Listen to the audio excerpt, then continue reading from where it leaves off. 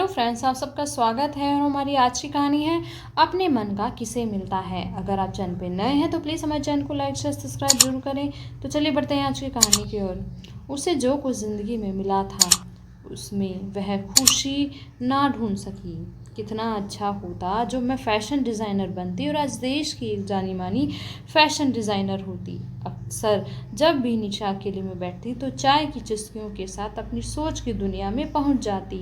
निशा एक software engineer है। 12वीं की परीक्षा पास करने के बाद जब निशांत ने अपने मम्मी पापा से कहा कि वो फैशन डिज़ाइनर बनना चाहती है तो उसके मम्मी पापा ने उसके सामने एक फ़ैशन डिज़ाइनर की लाइफ की बहुत सारी कमियां गिना दी।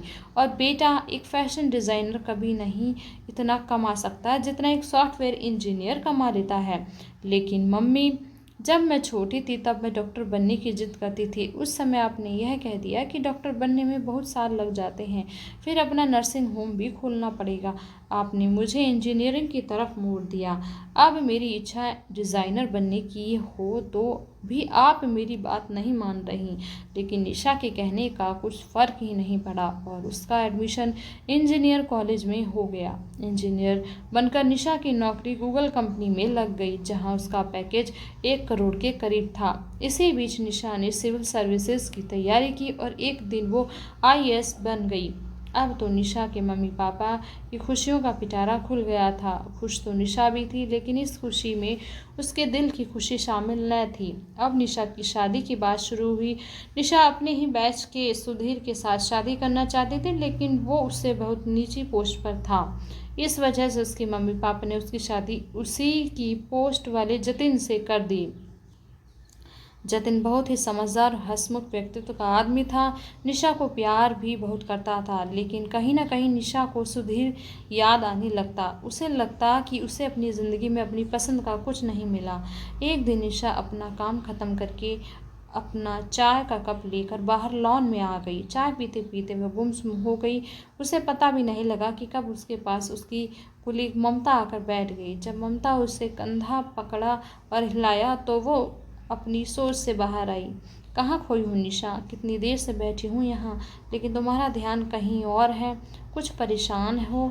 मुझे बता सकती हो? आज पहली बार निशा ने किसी ने उसके दिल की बात पूछी। ममता ये पूछते ही निशा टूट गई। उसकी आंखों से अश्रुधारा फूट पड़ी। क्या हुआ निशा?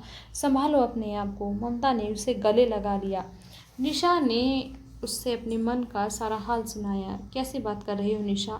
अपने मन का नहीं मिला तो तुम खुश नहीं हो, जबकि तुम्हारे पास इतनी अच्छी नौकरी, इतना प्यार करने वाला पति और घर परिवार, और तुम कह रही हो कि तुम खुश नहीं हो। जिंदगी ने तुम्हें इतना कुछ दिया और ज़रा उसकी सोचो जो अभावों में जीते हैं फिर भी खुश रहते हैं। अपने मन का किसे मिलता है?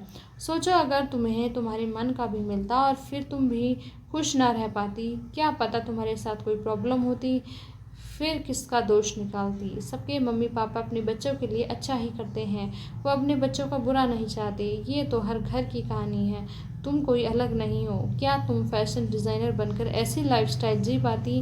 क्या ज़रूरी है कि सुधीर तुम्हें जतिन से ज़्यादा प्यार और मान सम्मान दे पाता?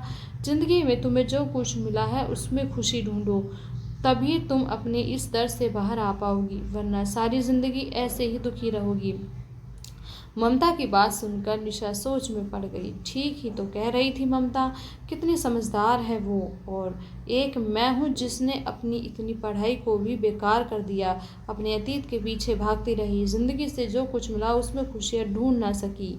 सही कहा ममता ने, मुझे अपने आप को बदलना होगा। अपनी ज़िंदगी में छोटी छोटी खुशियाँ ढूंढनी होंगी। कहीं ऐसा ना हो कि वक्त हाथों से रेत की तरह फिसल जाए। अपने दिल में एक ही फैसला लेकर निशा खुश होते हुए ममता के साथ चाय बनाने रसोई में चली गई। आज जतिन के लिए अपने हाथ से खाना बनाने का मन कर रहा है। तो दोस्तों, कैसी लगी आज की ये कहानी हमें ज़रूर कमेंट करके बताएं और इसे अपनी फैमिली फ्रेंड के साथ शेयर करें और अभी हमारे चैनल को सब्सक्राइब जरूर करें। तो ऐसे ही बने रहें हमारे चैनल के साथ। मिलते हैं किसी और कहानी में। बहुत बहुत शुक्रिया।